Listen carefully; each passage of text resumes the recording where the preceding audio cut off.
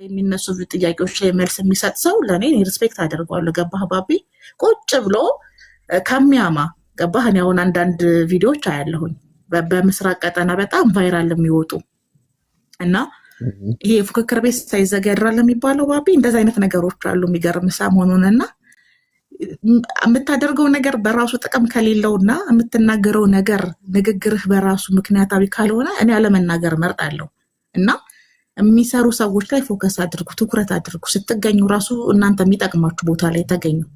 ብትገኙ ግን መልካም የሚሆነው እንደነገርኳችሁ ነውና ዲናችሁ ላይ የሚሰሩ እናንተን የሚያበረቷችሁ፣ መንፈሳዊ ህይወታች ላይ የሚያጠነክሯችሁ፣ የሚመክሯችሁ፣ የሚቆጧችሁ ላይ እንጂ ቁጭ ብለው የሚያሙ የሆነ ሰው ሲሰራ የሚናደዱ በቃ ያ ቦታ ለኔ ነው የሚገባኝ፣ ለኔ ካልተገባኝ ደግሞ ልኩን ነግሬ አናድደውና አጀንዳ አደርገዋለሁ ብለው የሚያስቡ በጣም ብዙ ሰዎች አሉ፣ ሰሞኑን የምናያቸው ማለት ነውና እኔ እነዛ ሰዎች ለሃይማኖታቸው ተቆርቁረው ነው ወይ ካላችሁኝ አይደለም። ምክንያቱም የነሱ ቪዲዮ ሁሌ ምስራቅ ቀጠና ላይ የሐሜት ማድመቂያ፣ ይሄው እኛ ያልነውን እኮ እንትን አለው ተብሎ ወሬ ማሞቂያ ማድመቂያ ሆነው ነው የምናያቸው ቪዲዮዎቻቸው። ስለዚህ እነዚህ ሰዎች አላማቸው ምንድነው ካላችሁ ግለሰቡን በቃ ዲኑ ምንም ይሁን ግለሰቡን ከቀጠቀጥኩት በቂ ነው። እሱን ካስጠቆርኩት እኔ ቢያንስ ትኩረት አገኛለሁ።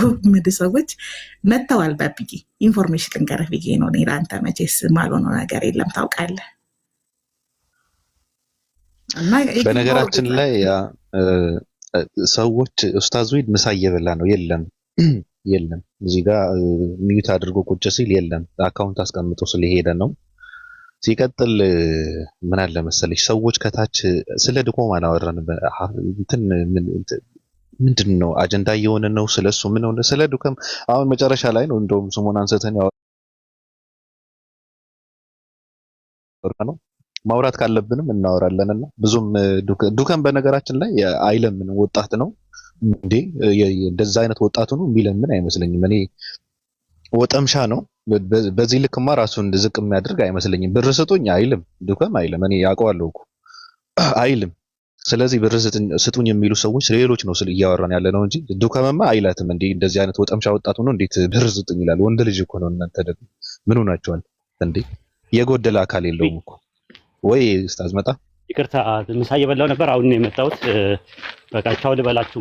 አይ ቲንክ በጣም ቢዚ ሆኜ አልሰማችሁም። ምን ላይ እንደምታወሩም አልነበርኩም። ምሳ እየበላሁ ነበረ። በቃ ቻው ልበላችሁ ብዬ ነው። እሺ መልካም ጊዜ መምህር። እሺ ሆዳችንን እያወጋን ነበረ።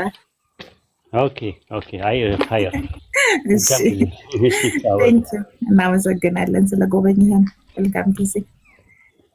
እናማ እንትን ኦፓ አሁን የኢብሮ የፈሎ ቻሌንጁ ችግር አለ። ምን አለ መሰለሽ አንደኛ ነገር ሰው የቱ ጋር ነው ያለው ቢባል አሁን ንጽጽር ላይ ያሉ ሰዎች አሉ እኮ እነዚህ ሰዎች ፎሎ አድርገዋል፣ ሪፖስትም እያደረጉ ነው፣ የሚችሉትን እያደረጉ ነው፣ ሪከርድም እያደረጉ ነው። ችግሩ እኔ አሁን እንደታዘብኩት ምን አለ መሰለሽ ህዝቡ ያለው እናንተና ጋር ነው። እንደውም ሃይማኖት ላይ እንሰራለን የሚሉ ሰዎች በራሳቸው ሜዳ ውስጥ ብቻ ሳይሆን መሽከርከር ያለባቸው ህዝቡንም ማደም መሄድ አለባቸው፣ ህዝቡ ወዳለበት ማለት ነው። ገብቶሻል አባባሌ? አሁን ስብከት መደረግ ያለበት ሰው ወደሚገኝበትን ቦታ እየገቡ ወደ ራሳቸው ህዝብ እንዲመጣ ማድረግ መቻል አለባቸው። አሁን እንትና ቤት መጥራት አልፈልግም አሉ ሰዎች ሃይማኖተኞች ናቸው፣ ግን ከዚህ ስፍራ ከንጽጽር ከሚደረግበት ስፍራ ሃይማኖት እንትን ከሚደረግበት ስፍራ ራቅ ብሎ ነው ያለው ህዝቡና ወደዛ ጎራ እያሉ ሃይማኖታቸውን እየሰበኩ ህዝቡ ወደ እነሱ እንዲመጣ ቢያደርጉ መልካም ነው። ገብቶሻል አባባሌ? ፎሎ ሲደረግም የፎሎ ቻሌንጅ ሲደረግም አሁን አንዳንድ ከነሱ ጋር ፌመስ ከሚባሉ ሰዎች ግንኙነት ያላቸው ሰዎች እነሱ ሰዎች ጋር እያወራ ብዙ ሰው ፎሎ እንዲያደርጋቸው እንትን ማድረግ መቻል አለባቸው፣ መስራት መቻል አለባቸው እንጂ እዚህ ጋር ያሉ ሰዎች ፎሎ አድርገው ጨርሰዋል። በቃ የለም እኮ የቀረሰው የለም። እድገት አይመጣም፣ ለውጥ አይመጣም። ለምን? ያልሰሙ ሰዎች ያልደረሰባቸው ሰዎች አሉ። ስለዚህ ወደ እነሱ እንዲደርስ ነው መደረግ መቻል ያለበት። ገብቶሻል?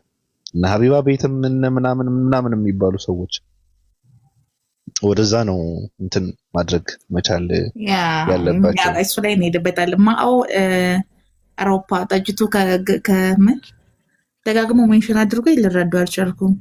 አውሮፓ ጠጅቱ በስላሴ ግብር አካል ላይ ከአባቶች ጋር ጦርነት ገጥሟል። አው አንድ አባት ትናንትና ዩቲዩባቸውንም ገብቼ እያየሁት ነበርና ምን አሉ መሰላችሁ?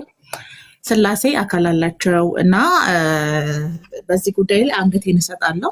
ቅዱስ አትናቴዎስም ያንን ያለው ሊቃውንቶች የሚያጸደቁት ያንን ነው ብለው ቪዲዮውን ገብታችሁ ብታዩት ዩቲዩብ ላይ ማማሃሮን ሰላም ብያለሁ። አለሜ 45 ደቂቃ ምናምን ይመስለኛል እና አንድ ሁለት ጊዜ ሰማሁት። 42 ወይ 45 ደቂቃ የሚረዝም ቪዲዮ ነው። በጣም ረጅም ከተባለ 48 ደቂቃ ቢሆን ነው፣ ደቂቃውን ስለረሳሁት ነው። እና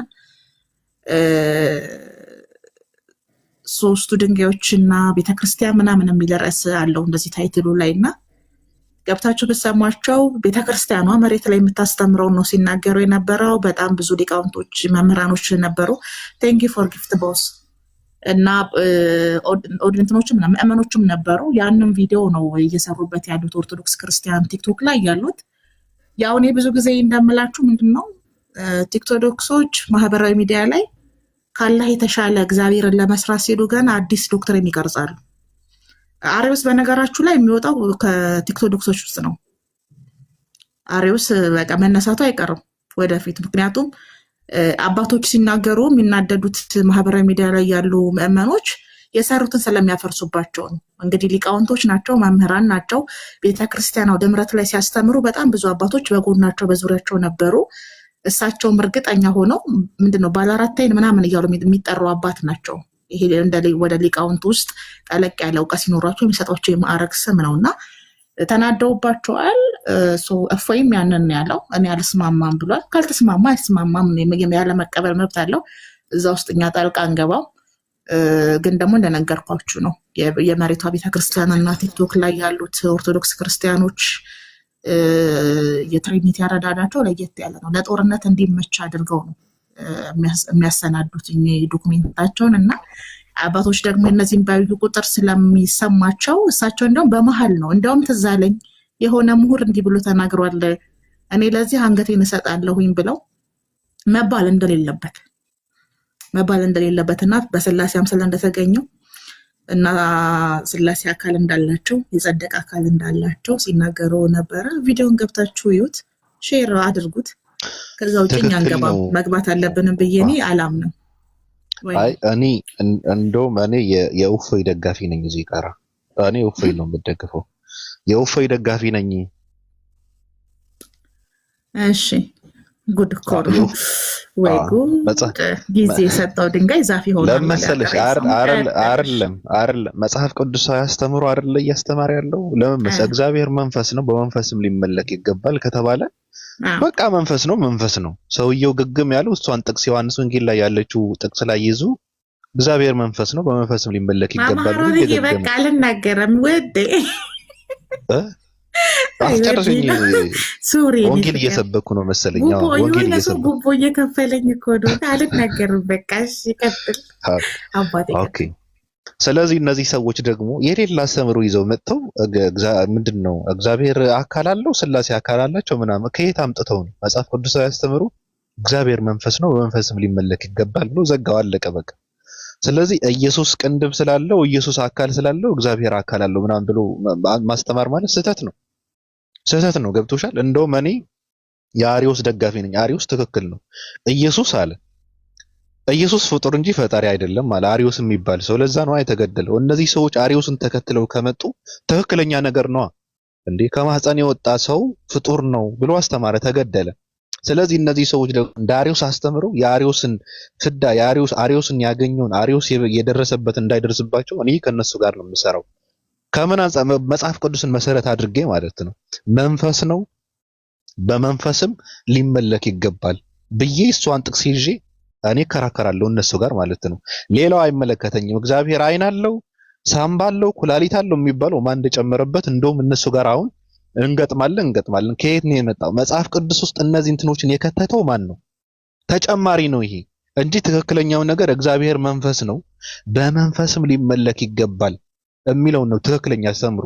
እግዚአብሔር እግር አለው፣ እግዚአብሔር አይን አለው፣ እግዚአብሔር አጥንት አለው፣ እግዚአብሔር ቅንድብ አለው፣ ጉንጭ አለው፣ እግዚአብሔር ጺሙን እየላጨ በተከራየው ምላጭ ምናምን የሚባለው ተጨማሪ እንትኖች ናቸው፣ ሰዎች የጨመሯቸው ናቸው። ስለዚህ እነዚህ እንትኖችን ጥቅሶችን መንቅረን ካላወጣን ተኝተን አናድርም። ገብቶሻል? ስለዚህ እኔ የእፎይ ደጋፊ ነኝ።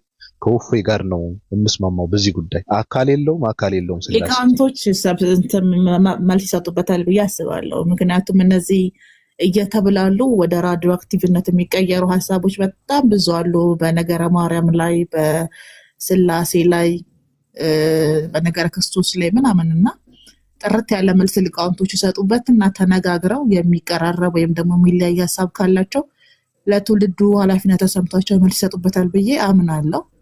የሚሻለውም ያ ስለሆነ ማለት ነው። ግን ጥሩ ነው። እኔ አሁን ምን ደስ አለኝ መሰለህ፣ በፊት አባቶቻቸው ምናምን ሲናገሩ በቃ አባት ነው ምናምን ነገር ብለው ዝም ይላሉ፣ ቢሳሳቱም ማለት ነው።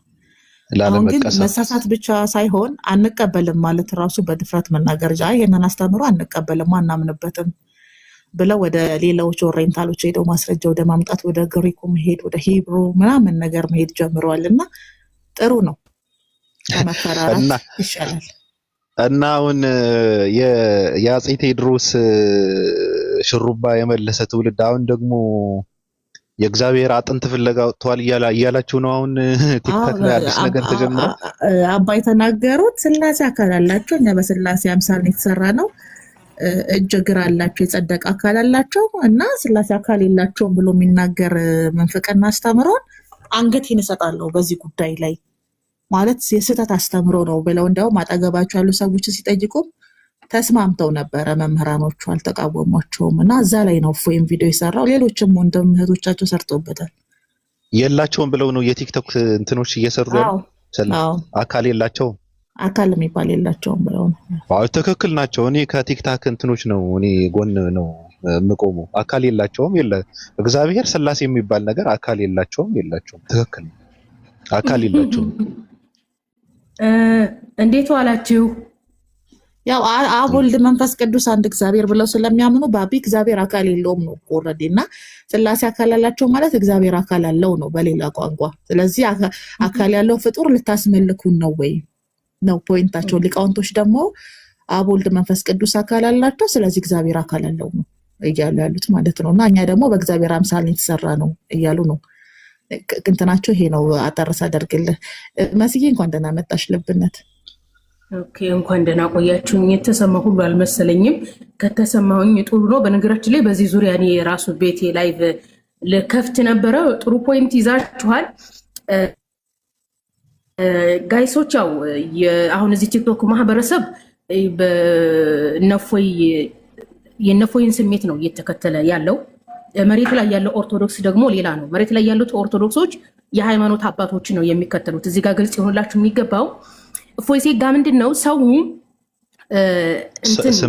ድንጋጤ ውስጥ እንዲገባ እፍረት ውስጥ እንዲገባ። መስዬ ይቅርታ፣ በጣም ይቅርታ፣ ግን እነ እፎይና እነ ባቢ እያልሽ ስሜን እየከተትሽ እኔም ከሱ ሀሳብ ስለምስማማ ጌታ ሆይ ባቢዬ ቆይ ከሱ ሀሳብ ስለማስማማ ሳይሆን ምን አለ መሰለህ እፎይ ሴጋ ሶሻል እስማማለሁ ከነ እፎይ ጋር ነኝ። መስዬ ስሜን እየጨመርሽ ቀጥይ ለማለት ነው።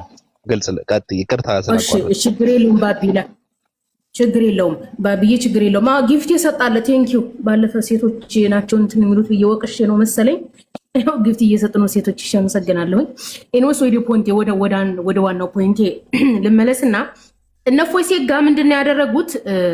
እዚህ ሶሻል ሚዲያ ላይ ንጽጽ ስናደርግ የስላሴ ዶክትሪን ኖርማሊ መጽሐፍ ቅዱስ ላይ የለም የሚለው በጣም ተደናገጡ። ከወንጌል አንስተው መረጃ ማሳየት አልፈለጉም።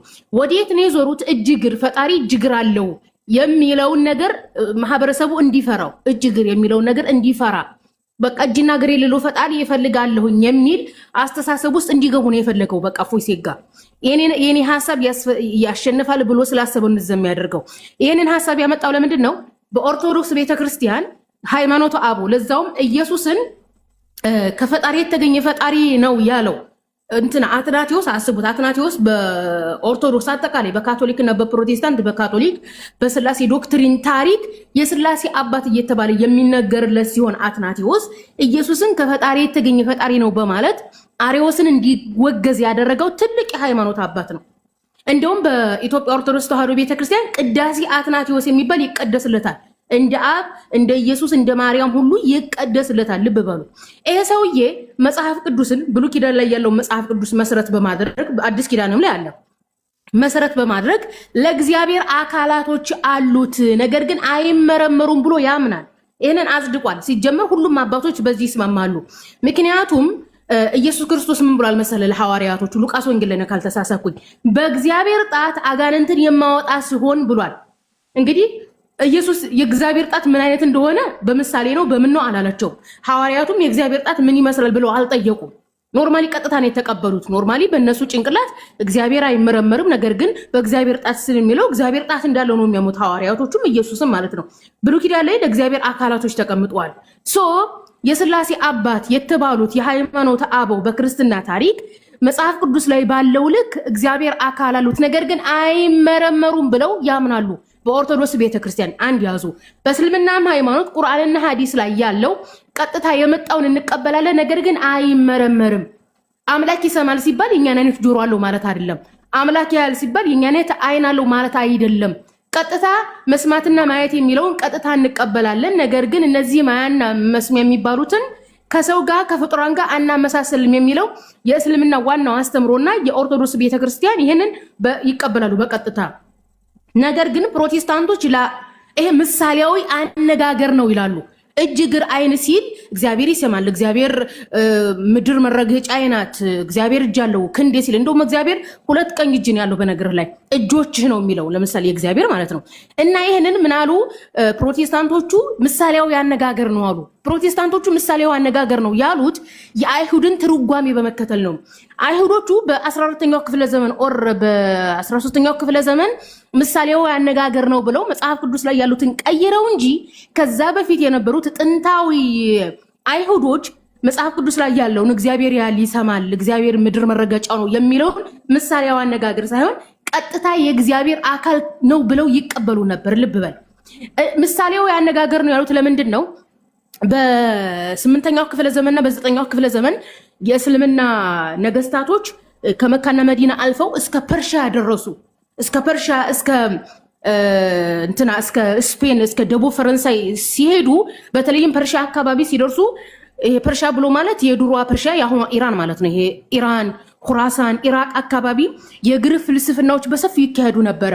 ልብ በል እዚህ ጋር ባቢ የግሪክ ፍልስፍናዎችን በተጨማሪ በፐርሺያ አካባቢ የተለያዩ ኮከብ ቆጣሪዎች ህዝቦች ነበሩ። ፐርሺያ በድሮ ዘመን ስልጣን ያላት የሚባሉ ህዝቦች ናቸውና እነዛ ኮከብ ቆጣሪ የሚባሉ ነበሩ፣ ዞራስተሪያን የሚባሉ ነበሩ። ከዛ እስልምና ከመካ መዲና ወደ ኢራቅ ወደ ፐርሺያ ሲሄድ ህዝቡ ሃይማኖታዊ ክርክር ገጠመ። ክርስትና፣ እስልምና፣ አይሁድ፣ ኮከብ ቆጣሪዎች፣ ዞራስተሪያኖች፣ የግሪክ ፍልስፍና ተከታዮች ምን ይገጥሙ ነበር? ክርክር ይገጥሙ ነበር። በዛ በክርክር ምክንያት አንዳንዶቹ ጭራሽም ሃይማኖታቸውን የራሳቸውን ቀጥታ ከአባቶች የተቀበሉት እንትተው ወደ ኮከብ ቆጣሪዎች ወደ ግሪክ ፍልስፍና ሄዱ። ስለዚህ ያ የግሪክ ፍልስፍና በተለይ እስልምና ውስጥ ገብቶ ሙዕተዚላና ጀህሚያ የሚባሉ አካላቶች ተፈጠሩ። እነዚህ ሙዕተዚላና ጀህሚያ የሚባሉ ጭራሽም አይሁዶች ላይ አፌክት አድርጓቸው በእነዚህ ግሩፖች ምክንያት አይሁዶች በ13ኛው ክፍለ ዘመን አካባቢ በቃ ምን ነው መጽሐፍ ቅዱስ ላይ ድሮ የተጻፈው ብሉይ ኪዳን ላይ እግዚአብሔር ይሰማል ያያል የተባለው ይሄ ምሳሌያዊ አነጋገር ነው ብለው ሐሳባቸውን ቀይሩ እና አንድ ነገር እንደዚህ አይነት ነገር ስናቀርብ ከኋላ ያለውን ታሪክ ጀምረን ካልተረዳ ነው እውነቱ ግልጽ አይሆንም ማለት ነው። ያው አስረዘምኩ መሰለኝ ይቅርታ። ግልጽ ካልሆነላችሁ ችግር የለውም። ግን እኮ ሐሳብሽ አሁን መሲ ችግር የለውም። አሁን እነው እፎይ ትክክል ናቸው። ገብቶሻል አባባል። አሁን መጽሐፍ ቅዱስ ውስጥ የተጨመሩ ነገራቶች አሉ። እነዚህ የተጨመሩ ነገራቶች ማን እንደጨመራቸው እየፈለግን ነው። አሁን ፍለጋ ላይ ነን እንጂ አሁን እግዚአብሔር ጺም አለው፣ ጺሙን እየላጨ እግዚአብሔር እግር አለው፣ አንጀት አለው፣ ቅንድብ አለው፣ ከንፈር አለው፣ ውድድ አለው፣ እንጥል አለው ምናምን የሚባለው ነገር አንቀበለውም። ገብቶሻል። ስለዚህ አባቶች ተሳስተዋል። ምድር ላይ ስላሴዎች አካል አላቸው ብለው ያስተማሩ አባቶች ተሳስተዋል፣ ስህተት ላይ ናቸው፣ ማስተካከል አለባቸው። እግዚአብሔር አካል የለውም ብለው እስኪያስተምሩ እኛ ደግሞ ትግላችን ያው እንትን ይላል እንትን አንልም ማለት ነው። ሰምተሻል መስዬ? አንቺ አሁን የነሱ ደጋፊ ነሽ፣ አካል አላቸው ብለሽ እንትን እያልሽ ነው? የነሱ ሐሳብ ተቀበለሽ ነው? መጽሐፍ ቅዱስ ላይ ያለው አንደኛ መጽሐፍ ቅዱስ ላይ ያለው ነብያትና ሐዋርያትና እና ኢየሱስ ምሳሌው አነጋገር ነው ብለው ለማንም አላስተማሩም። ሲጀመር እግዚአብሔር እንጥላለው፣ ጭንቅላት አለው፣ ማህፀን አለው አላሉም። የመጣውን ቀጥታ ተቀብሏል ሐዋርያቶች። ኢየሱስ ክርስቶስ እኔ በእግዚአብሔር ጣት አጋንንት አወጣለሁ ሲል ሐዋርያት መጡ ወይ ጴጥሮስ ማነው ማቴዎስ መጡ ጣት ማለት ምን ማለት ነው ብሎ ኢየሱስን አልጠየቀው። ምሳሌው አነጋገር ነው ብሎም አልመለሰም። ስለሚያውቀው ነው እኮ እኛ ምን እንትን የምንለው አሁን እኛ እያልን ያለ ነው ምንድነው? ሐዋርያት በተረዱበት እና ኢየሱስ ነብያት በተረዱበት ነው የምንረዳው። አልጠየቁም እነሱ። አሁን ቁርአንና ሐዲስ ላይ ለምሳሌ ቁርአን ላይ አላህ ሰሚ ነው ይላል፣ መጽሐፍ ቅዱስ ላይ እግዚአብሔር ይሰማል ይላል አይደለም? ይሰማል ሲባል ምንድነው የሚል ፍልስፍና ውስጥ አንገባም። አለቀ። ይሰማል ተብሏል፣ ይሰማል ብለን ነው የምንይዘው። ነገር ግን ይሰማል ስንል ከፍጡር ጋር እያስተያየ ነው አይደለም። ምክንያቱም አምላካችን አላህ Subhanahu Wa Ta'ala ለይሰ ከሚስሊሂ ሸይእን ይላል። እሱን የሚመስለው ነገር የለም ስለተባለ እሱን የሚመስለው ነገር የለም። ነገር ግን እንትን በሃይማኖት ክርክር የራሳቸውን ነጥብ ማምጣት የፈለጉ ማህበረሰብ ማደናበር የፈለጉ ፈጣሪ ጭንቅላት አለው ወይ ፈጣሪ እንጥል አለው ወይ ፈጣሪ ጥፍር አለው ወይ ምናምን የሚል ፍልስፍና ውስጥ የሚጨምሩት ያ በሃይማኖት እንትን ውስጥ የለም፣ ተጨማሪዎች ናቸው። ይሄንን ነጥብ አስጥላለሁ የሚል የክርክር ንግድ እንጂ መጽሐፍ ቅዱስ ላይ እግዚአብሔር ጭንቅላት አለው፣ ይሄ አንጎል አለው፣ ይሄ ሰርሰርግ አንጎል አለው የሚባል ነገር የለም። የተጻፈውን እንቀበላለን ነው። በተጻፈው ላይ አንጨምርም፣ በተጻፈው ላይ አንፈላሰፍም ነው የሃይማኖት አበው አመለካከታቸው። ሃይማኖት አበው አሁን እኔ እየደገፍኩም ሳይሆን ሲጀመር ሃይማኖት አበው በስላሴ የሚያምኑ ናቸው። ሲጀመር ደግሞ ለስላሴ አካላት አለው ያሉት አንደኛ መጽሐፍ ቅዱስ ላይ ያለውን ሐሳብ በመውሰድ ኢየሱስ ጋር በማጣመር ነው። ኢየሱስ እንደምታውቀው በስላሴ ዶክትሪን እግዚአብሔር ወልድ ነው። እግዚአብሔር የተወለደው እግዚአብሔር ማለት ነው። እንግዲህ ኢየሱስ ብሎ ማለት ባጭሩ ቁመትና እሺ ምንድን ነው? ቀጥይ። አይ እንትን ለማለት ነው። ቀጥይ ጨርሽ። እሺ አሁን ኢየሱስ ክርስቶስ በስላሴ ዶክትሪን እምነት እግዚአብሔር አብ፣ እግዚአብሔር ወልድ የሚባል እግዚአብሔር መንፈስ ቅዱስ የሚባል አለ። ኦኬ ከሶስቱ እግዚአብሔሮች መካከል ኢየሱስ አንዱ እግዚአብሔር ወልድ ነው። ኢየሱስ ሁላችሁም እንደምታውቁት በአጭር ቁመትና በጠባብ ደረት የተወሰነ ልክ እንደኛ አይነት ሰው ነው። እንደኛ አይነት ሰው ነው ብሎ ማለት ወንድ ልጅ ላይ ያለው ሰውነት አካል በሙሉ አለው። ስለዚህ ሃይማኖቱ አበው የተባሉት መጽሐፍ ቅዱስ ላይ ያለውን ወስደው መሲ ምን ማለት ነው? በአጭር ቁመትና በጠባብ ደረት ማለት ምን ማለት ነው? በጠባብ ደረት ብሎ ማለት ይሄ የሰው ልጅ ያን ውስን ነው። ቁመቱንም የምታውቀው ነው። ውስን ነው እኮ በአጭር ደረትና በጠባብ ደረት ምናምን ምንድን ነው ታዲያ? ምን ዳይናሶር ነው እንዴ ታዲያ? ሰው ከሆነ ታዲያ ለምን አጭር ደረት? ያን ሰውነቱን ለማስረዳት ነው እንደዛ ነው። አሁን በስላሴ ዶክትሪን አስተምሮ የፕሮቴስታንት ሃይማኖት አባቶች ብትል እኮ በየትኛው ቁመት ተለክቶ ነው? አሁን ኢየሱስ ክርስቶስ በአጭር ቁመትና በጠባብ ደረት የተባለው በማን ቁመት ተለክቶ ነው ኢየሱስ አጭርና ጠባብ የተባለው? አሁን እነሱ እንደዛ እያሉ ያሉት ሰውነቱን ለማስረዳት ነው። አሁን እግዚአብሔር ገብቶኛል። አይ መውደድ አለመውደድ ቢወደንማ ሌላ ነገር ነበረ። የት ነው የሚወደን? ኢየሱስ በአጭር ቁመትና በጠባብ ደረት ተወስኖ ሲባል በማን ቁመትና ደረት ተለክቶ ነው አጭርና ጠባብ ይሆናል? በማን? ኦኬ ከኛ የሚረዝመው ማን ነው? ረጅም የተባለው በማን ከማን ጋር አወዳድረው ነው ኢየሱስ አጭርና ጠባብ ያሉት? ያኔ በራሳቸው ቁመት ነው እንግዲህ እነሱ ሰዎች ናቸው ራሳቸውን ቁመት ስለሚያውቁት ነው። ኖርማል የሰው ልጅ ማጆሪቲ ማህበረሰቡ ቁመት ማን መሆን ነበረበት? ኢየሱስ አጭር ቁመትና ጠባብ ደረት ከተባለ ማን መሆን ነበረበት ነው ማለት? ረጅሙ ማን ነው? እግዚአብሔር ነው ረጅሙ አይደለም። ረጅምና አጭር ሳይሆን እግዚአብሔር መንፈስ ነውና መለኮት በስጋ ተገለጠ ስለሆነ በስጋ ሲሆን ተወስኗል ነው። እንደዛ ነው እኮ በአጭር ደረት በጠባብ ምንድነው የሚሉት? እንደዛ ሲሉ ያሱን የሚገልጽ ነገር ሆኖ ሳይሆን ግን መለኮት በስጋ ሲገለጥ ወይም ደግሞ እግዚአብሔር ወልድ በስጋ ሲመጣ ተገድቦና ተወስኖ ነው የመጣው እና በዛ አካሉ ውስጥ ግን እሱ ሂውጅ እንደሆነና ትልቅ እንደሆነ ለመናገር የሚጠቀሙበት ይመስለኛል እኮ መለኮት ቁመቱ ረጅም ነው፣ ደረቱ ሰፊ ነው። ረጅምና ሰፊ ሳይሆን በዛ ስጋ ውስጥ ብቻ የሚገደብ አይደለም ነው ባጭሩ።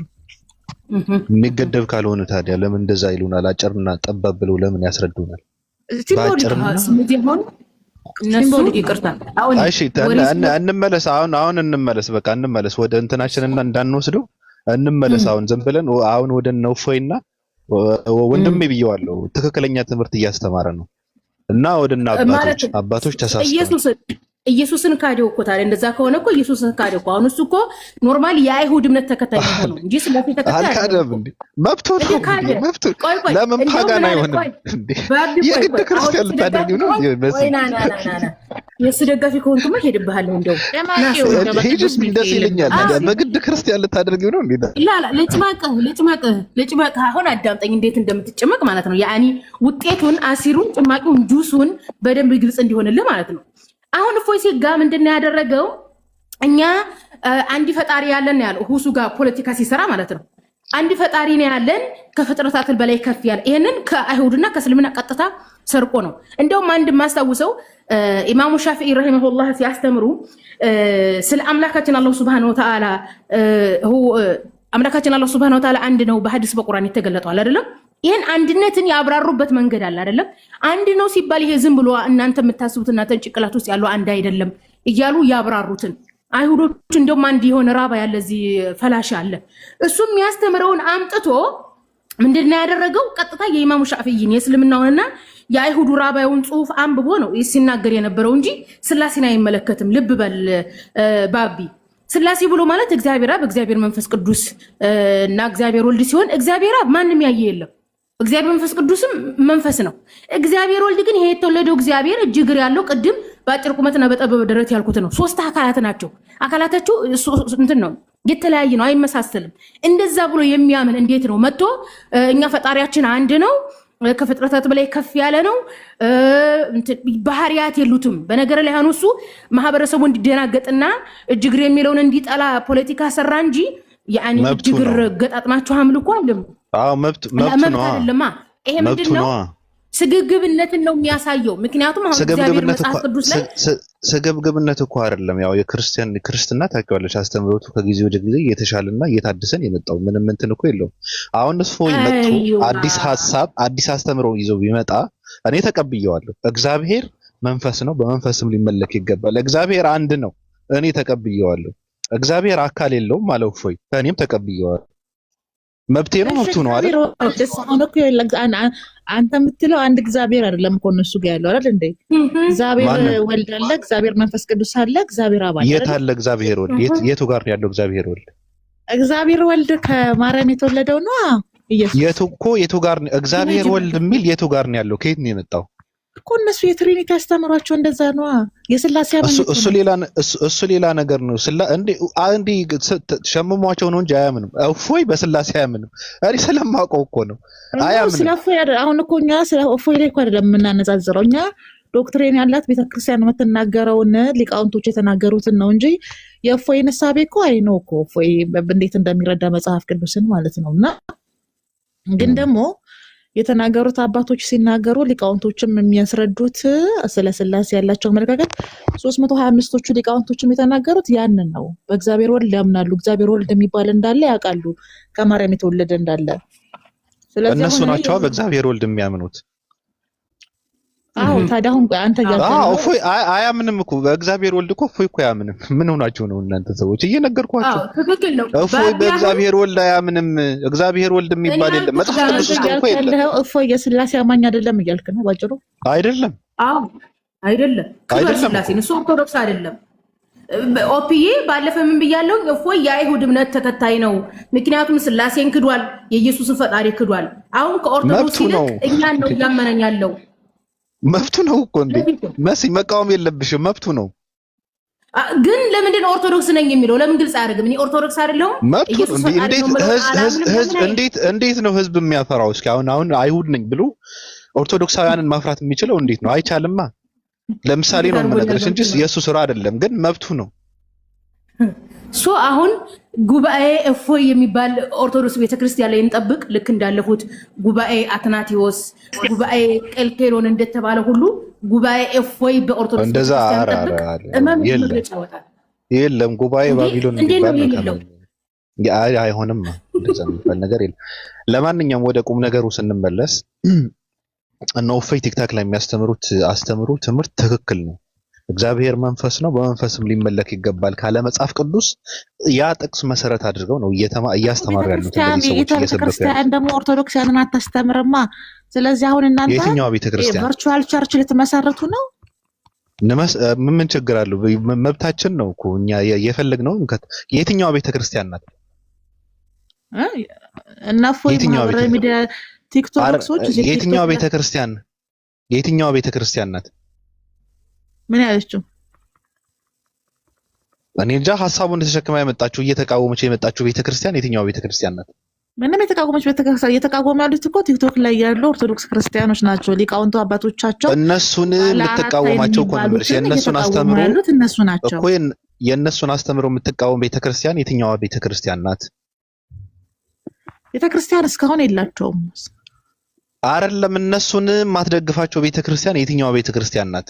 እነማንን ነው? ሐሳብን ግልጽ አድርገው ባቢሎን የኛን ነው የኔ የውፈይ እነፎይን እኮ የሚቃወም ሰው ብቻ ሳይሆን የመጣው መሬት ላይ ያለችው ኦርቶዶክስ ማህበራዊ ሚዲያ ላይ የሚሰጠን አስተምሮ እሷ ያችን የምትቃወማ ቤተክርስቲያን የትኛዋ ቤተክርስቲያን ናት ነው የምልሽ? ኦርቶዶክስ ቤተክርስቲያን። የትኛው ኦርቶዶክስ ቤተክርስቲያን? ብዙ አይነት ኦርቶዶክስ ቤተክርስቲያን አለ። የኢትዮጵያ ኦርቶዶክስ ቤተክርስቲያን ማን ያውቃታል? የኢትዮጵያ ኦርቶዶክስ ቤተክርስቲያን ማን ያውቃታል? የኦርቶዶክስ ቤተክርስቲያን ደግሞ ሁሉም ያውቃታል። ልትክዱና ልታስተባብሉ በማችሉት ውስጥ ኦሪየንታል ሁሉም ያውቃታል። መካድ እኮ አይደለም አስተምሯ ስህተት ነው። ብዙ የጨመረችው ነገር አለ፣ ብዙ ያጎደለችው ነገር አለ ብለው ስለሚያምኑ እንደዛ ብለው ነው የሚያምኑት እኮ። ምንም ስህተት የለም። ሊቃውንቶቻቸው ተስማምተው አምነው ለዘመናት በቤተ ክርስቲያን ውስጥ ተቀብለውት የኖሩት አስተምሮ ነው። ዛሬ እናንተ መጣችሁ እንዳሪዎስ ፎጣችንን ዘርግተን እንቃወማለን ካላችሁ ተቃወሙ። እግዚአብሔር ነው የሚፈርደው። እግዚአብሔር ይፍረደን እንጂ እግዚአብሔር አካል አለው፣ አጥንት አለው፣ ጎን አለው፣ ኩላሊት አለው፣ ሳምባ አለው የሚል አስተምሮ አንቀበል። ነገሩ እንደውም ከስላሴ አንዱ እግዚአብሔር ወልድ አይደለም እንዴ ይላሉ። መስዬ ቪዲዮውን ጨርሰሽ የለም መጽሐፍ ቅዱስ ውስጥ የሌለ ነገር አንቀበልም። እግዚአብሔር ቅንድብ የለውም። እስኪ ማን ነው አለው ብሎ እስኪ አባ ማቲያስ መጥቶ እስኪ ቃወም እናያለን። እስኪ አለው ብሎ እስኪ ከራከሩ። እግዚአብሔር አንጀት የለውም አንጎል አለው ብሎ ተቀበሉ ብለን አናስገድድም። እኔ ግን አይቻልም። መሬት ላይ ያለችው ቤተክርስቲያን የጌታ ቤተክርስቲያን ኦርቶዶክስ የምታስተምረው ሊቃውንቶች የተስማሙበትን አስተምረው እቀበላለሁ። እንደዛ የሚባል የለም። ሰዎች በዘመናቸው ሊቃውንት ኑሮ ሊሆን ይችላል። አሁን ግን ሊቃውንት የሚባል ነገር የለም። ገብቶሻል? የምንድን ነው በዛሬ በአምና ምናምን ዛሬ አይታረስም የሚባል ነገር አለ። እንደዛ የሚባል ነው። በአምና በሬ ነው በአምና ምንድን ነው በአምና ምናምን ዛሬ አይታረስም የሚባል ነገር አለ። በአምና በሬ ያረሰ የለም የሚባል እንደዛ ነው። ባቢ አሁን አባቶች ተሳስተዋል ካላችሁ ካሉ ነው። አባቶች አልተሳሳቱም። በህግ አምላክ ተሳስተዋል፣ ችግር የለው። በኦርቶዶክስ ቤተክርስቲያን እዚህ ጋር ግን መታወቅ ያለበት ባቢ በኦርቶዶክስ ቤተክርስቲያን አባቶች ይሳሳሉ ተብሎ አይታመንም። አባቶች እናቶች ማለትም ምክንያቱም መንፈስ ቅዱስ ነው የተገለጠላቸው ተብሎ ነው የሚታመነው። በካቶሊክና በኦርቶዶክስ በካቶሊክና በኦርቶዶክስ አባቶች አይሳሳቱም። ምክንያቱ ደግሞ መንፈስ ቅዱስ ስለሚገለጥላቸው ነው። አስበው ኢየሱስን ራሱ ፈጣሪ ያደረጉት ለኛ ሳይገለጥልን እንዴ መሲ? አይገለጥላችሁም። ምክንያቱም እናንተ ኢየሱስን ፈጣሪ ነው ብላችሁ ስላላመናችሁ አይገለጥላችሁ። የታለ እኮ ነው የታለ ፈጣሪ ነው። ወደ ቤትሽ እንሄዳለን ካባረሩን የታለ ነው እግዚአብሔር ወልድ የሚል መጽሐፍ ቅዱስ ውስጥ አለ እሱማ የለም። አረ ተቀላቅለው ተው። አሁን ወንጌልን መሰረት በማድረግ እኮ ነው እያወሩ ያሉት። ወንጌልን መሰረት በማድረግ ነው። እግዚአብሔር መንፈስ ነው፣ በመንፈስ ሊመለክ ይገባል አለ መጽሐፍ። እግዚአብሔር ቆይ ዮሐንስ ወንጌል ላይ ኢየሱስ ላይ በአብ ወልድ መንፈስ ቅዱስ ስም አጥብቁ ሲል ወልድ ማን ነው ታዲያ? ምንድነው ችግሩ? በአብ በወልድ መንፈስ ቅዱስ አጥምቋቸው ማለት እኮ ማን ናቸው? ንገረና። ችግሩ ምንድነው? በአብ በወልድ መንፈስ ቅዱስ አጥምቋቸው ተባለ። አጥማቂውም አለ። ምንድነው ችግሩ? መንፈስ ቅዱስን እናውቀዋለን፣ አብን እናውቀዋለን። አንተ ወልድን ስጠኝ ማን እንደሆነ መጽሐፍ ቅዱስ ላይ ምንድነው ችግሩ? ችግሩ ምንድነው? በወልድ አጥምቋቸው፣ በወልድ ስም አጥምቋቸው ማለት ምንድነው? ስለ ችግሩ ተላላኪ ስለነበረ ነው። ማን ነው ከመጽሐፍ ቅዱስ ስጠኝ ይላል? ተላላኪ ነው። ወዴት ነው የሚላላከው? ወደ እነሱ ነው። ማስረጃ አምጣ ተላላኪ መሆኑን ወልድ እንዴ ማስረጃ ምን አመጣልሻለሁ? ራሱ መጥቶ የለ እንደ ኢየሱስ የሚባል ሰው እኮ እኛ ስለዛሬ ከመጽሐፍ ቅዱስ ማስረጃ አምጡ ብለህናል። እኔና እህቴ መሲ ወገናችን አሁን አንተ ነው የምንጠይቅህ። በአብ ወልድ በመንፈስ ቅዱስ አጥምቁ ሲል መጽሐፍ ቅዱስ ኢየሱስ አብን እናውቃለን። ኢየሱስ ተላላኪ ነው። ኢየሱስ ተላላኪ ነው። ኖ እንደዛ የሚባል ነገር የለም። ስለ ኢየሱስ አይደለም ማውራ፣ ስለ ወልድ ነው ማውራ። ኢየሱስ ወልድ አይደለም እንዴ? ኢየሱስ ወልድ ነው። ከኢየሱስ ውጭ ነው እንዴ ኢየሱስ ወልድ ነው ብለህ ታምናለህ? ወልድ ማለት የተወለደ ማለት እኮ ነው። ሌላ ነገር አንድ እንጻፍ እስቲ ነው። ቴንኪ ማለት አልቻልኩም። የተወለደ ማለት እኮ ነው ወልድ ማለት ሌላ ምንም እኮ የለውም እኮ። እኔም ወልድ ነኝ። እኔም ወልድ ነኝ። እኔም ወልድ ነኝ። ስለተወለደ ሰው ነው እያወራ ያለሁት። እኔም ወልድ ነኝ። እኔም ወገናችን ጆሮት ይሰማ። እኔ እያወራ ያለሁት ስለ ኢየሱስ ወልደ ማርያም ነው። ኢየሱስ ካልከም በአቦድ መንፈስ ቅዱስ ስም አጥምቆ በሚለው ከተስማማ ከመጽሐፍ ቅዱስ ወልድ የሚለው ኖርማል ሲጀመር መጠመቅ የሚባል ነገር የለም። እሱ አልቀበለውም። መጠመቅ በእውቀት እንጂ በውሃ ውስጥ መነከርና መዘፍዘፍ ትክክል አይደለም። ትክክል አይደለም። ትክክል አይደለም። መጠመቅ ራሱ አልቀበለውም። መጠመቅ ስህተት ነው አይልም። እፎይ ሲጋ እዚህ ጋር ማወቅ አለብን። እፎይ ሲጋ መጠመቅ መብቱ ነው እንዴ? በሁሉም መስማማት የለብንም እኮ መብቱ ነው። ያምናል፣ በቁርባን ያምናል፣ በትንሣኤ መብቱ ነው። እና ደግሞ በአቦድ በመንፈስ ቅዱስም ጥምቀትን ያምናል። መብቱ ነው። ድህነት እኔ በእውቀት እንጂ በመጠመቅ ድህነት እንደሌለ እኔ አላምንም። በእውቀት ከሆነ እፎይ ሲጋ ኢየሱስ እግዚአብሔር ወልድ መሆኑን ማረጋገጥ አይችልም። ኦኬ አንተ ከእፎይ ሲጋ የምትስማማበት ምክንያት ምንድነው? እግዚአብሔር አካል የለውም በሚል ነው። ትክክል። ኢየሱስ ክርስቶስ በእግዚአብሔር ጣት አጋንንትን ሳወጣ ሲል ምን ማለቱ ነው? እስኪ ንገረን። እኔ ምን አውቃለሁ ምን ማለት እንደሆነ። መንፈስ ጣት አለው እንደዛ ይባልማ። መንፈስ ጣት አለው አልነበርኩም እኔ አልንገርሽ ብዬ ዝም ብዬ ልለፈው ብዬ ነው እንጂ ምን ማለት እንደሆነ ልነግርሽ እችላለሁ። በነገርሽ ላይ እግዚአብሔር ይለፈን። እኔ እያወራችሁ ያላችሁት ስለ ኢየሱስ ወልደ ማርያም ከሆነ መሰረትክ ሰው ነህ ወገናችን። ስለ ኢየሱስ ወልደ ማርያም ነው አይደል? መንገድ ይምራህ በእውነት በስመ አብ። ቆይ ስለ ኢየሱስ ወልደ ማርያም ነው አይደል የምታወሩት? ወልደ ማርያም አላለም ስነ ስርዓት እንደዛ ነው። ወልደ ማርያም ነው ኢየሱስ ወልደ ማርያም። ስለሱ ነው እያወሩ ያለሁት። ትችሽ ተገለበጥኩ እንዴ? ሶሪ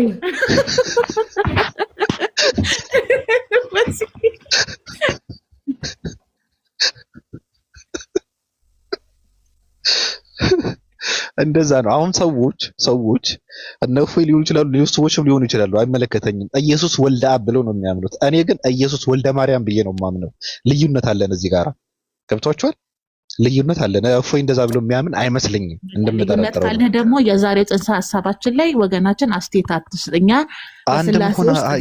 ስላሴ ውስጥ እግዚአብሔር ወልድ እንደሚካተት እናምናለን። እግዚአብሔር መንፈስ ቅዱስና እግዚአብሔር አብ እንዳሉ እናምናለን። ስለዚህ ስላሴ ብለን የምንጠራው አንድ እግዚአብሔር ብለን የምንጠራው እግዚአብሔር አብን እግዚአብሔር ወልድንና ስለ ቅድስት ድንግል ማርያም ከሆነ እያወራችሁ ስለ ምንድን ነው? ስለ ኦርቶዶክስ ቤተክርስቲያን ከሆነ እያወራችሁ ያላችሁ ድንግል ማርያም ትካተታለች። ቤተክርስቲያን ነን። ሰላም ብያለሁ። ኦቢ ሰላም። ሌላ ሶስተኛ ሰው የሚያስታርቀን ይሆናል። እኔ ከባቢ ጋር ሊወግንና አንድ ቴንክ ዩ አመሰግናለሁ። አባቶች በተለያዩ የባይብል እንትኖች ላይ ይለያያሉ። ለምሳሌ ኦገስቲን ከኢራኒስ ጋር ለምሳሌ ጄኔሲስ ዘፍጥረት 32:24 ላይ፣ ዘፍጥረት 18 ላይ፣ ራዕይ 2 ላይ፣ ኢሳያስ 7 ላይ፣ ጄኔሲስ 1:26 ላይ ኦገስቲን ኦፍ ሂፖና ጃስቲን ማርተር እና ኢራኒስ እንደ ክሌመንት ኦፍ አሌክሳንድሪያ የተለያዩ ትርጉም ሰጥተዋል። ስለዚህ የትኛውን አባት ነው የምንቀበለው ራሱ ነው ግራ ይገባል። ስለዚህ ሞር አባቶች ላይ ሳይሆን ባቢና እኔም አሁን ሴከንድ የሚያደርገው መጽሐፍ ቅዱስ ላይ ለምሳሌ ተራሮች ያጨበጭባሉ ይላል፣ ምድር አፏን ትከፍታለች ይላል። የትኛው አህጉር ላይ ነው ምድር አፏን ከፈተችውና ተራራ እያጨበጨበ እግዚአብሔርን ሲያመልካኘ ነው? ስለዚህ ግማሹ ሜታፎር ወይም ፊግራቲቭ ነው ብሎ ያምናሉ። እግዚአብሔር እጅ እግሩ ምድር ረግጣል፣ መቀመጫው ሰማይ ምናምን የሚሉትን ነገሮች ፊግራቲቭ ነው ብሎ ያምናሉ አንዳንድ አባቶች። እነዛን አባቶች እኔ ከነሱ ጋር እስማማለሁ፣ እና አውግስቲን ጋር ደግሞ አልስማማም። መብቴ ነው፣ አባቶች ስላልሆኑ ማለት ነው መጽሐፍን ያወረዱ። ከዛ ይህን ሁሉ የሚያክል ጥቅሶች ላይ ልዩነት ካላቸው፣ ስለዚህ እኔ ደግሞ በመጽሐፍ ቅዱስን አይቼ ሞር ከአባታችን ብፁዕ ወቅዱስ አቡነ አሪዮስ ጋር አብዛኛውን 99% እንስማማለን። በረከቱ ይጨርስ መስዬ እነዚህ አባቶች ተወግዘዋል። ንቅዕ ጉባኤ ላይ ተወግዘዋል። አይ ችግር የለውም። መወገዙ አንቀበልማ። ትክክለኛ ትምህርት ሲያስተምር የነበረው ሰው እና ለምን ትክክል አይደለም። ሀሳቡን ጨርስ ብለን ነው ዝም ያልንህ እንጂ ቤተክርስቲያኗ መናት ትንሽ አንድ ደቂቃ ወይ 2 ደቂቃ ነው ማክሲመም። ለምሳሌ 325 ላይ ጥሩ ሀሳብ ነው እየሰጠህ ያለው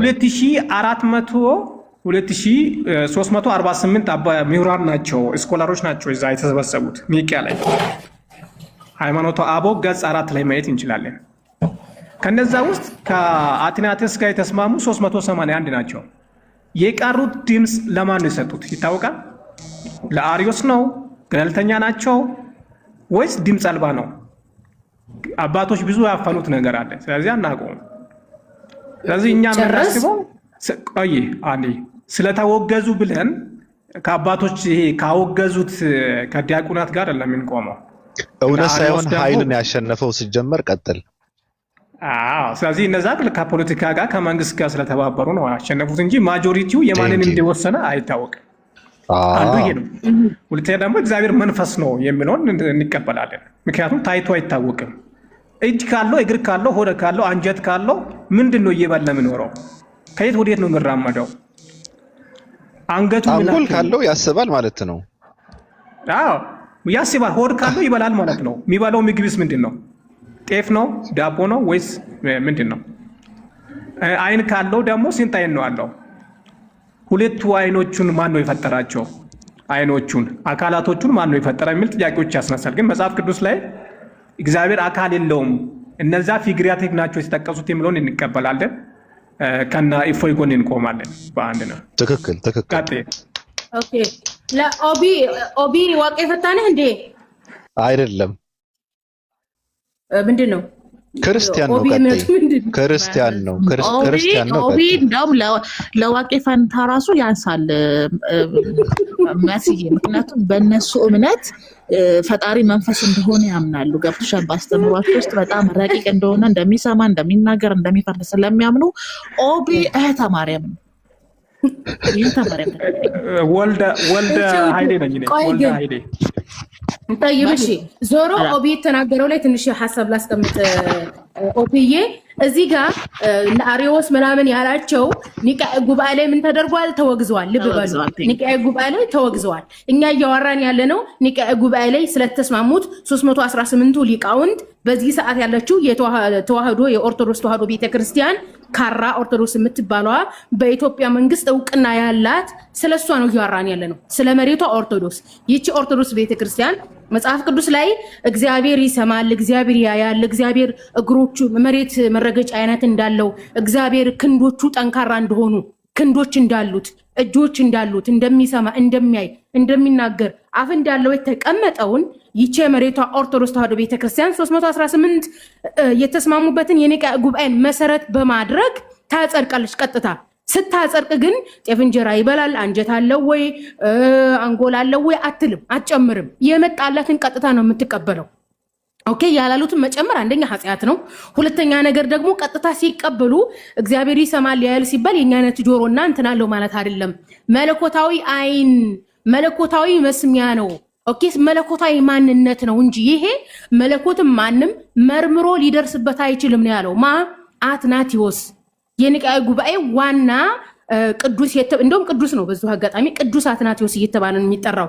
ይህ ቅዱስ የተባለው ሰውዬ መጽሐፍ ቅዱስ ላይ ልክ ኢየሱስ ክርስቶስ አጋንንትን በእግዚአብሔር ጣት አወጣለሁ ሲል ጣት ብሎ ማለት የኛ አይነቱ ከደምና ከስጋ ከአጥንት ከሶዲየምና ከማግኒዚየም የተገኘ ቺክን ኖ ቺክን chicken from Princess Aya lunch? No, this is for only for Prince Mahfouz says. This is honor. Ask and tell me. ሶሪ ይቅርታ፣ ሙሳ ላደርግ ነው ያወራሁት እናንተ ላይ እና ምንድነው አትናቴዎስ ኢየሱስ ክርስቶስ የእግዚአብሔር ጣት ብሎ ሲል ይህ ጣት ከሶዲየምና ከማግኒዚየም ከደምና ከአጥንት የተቀናጀ እንደኛ አይነት ነው ብሎ አላለም። ስለዚህ ይህንን ጣት አንመረምረውም። መለኮትን የማንኛውም ጭንቅላት ሊመረምር አይችልም። ደግሞ ከስላሴዎቹ መካከል አንዱ እግዚአብሔር ወልድ የተባለው ኢየሱስ ከፈጣሪ የተገኘ ፈጣሪ እስከሆነ ድረስ እሱ ደግሞ በአጭር ቁመትና በጠባብ ድረት የተወሰነ ልክ እንደኛ ሙሉ አካል ስላለው ያንን አካሉን ወስደው ነው አባቶች ለስላሴዎች ለኛ ያለን ሁሉ አለን ብለው የጨመሩት። የኢየሱስን ተፈጥሯዊ ሰውነት በመውሰድ ነው።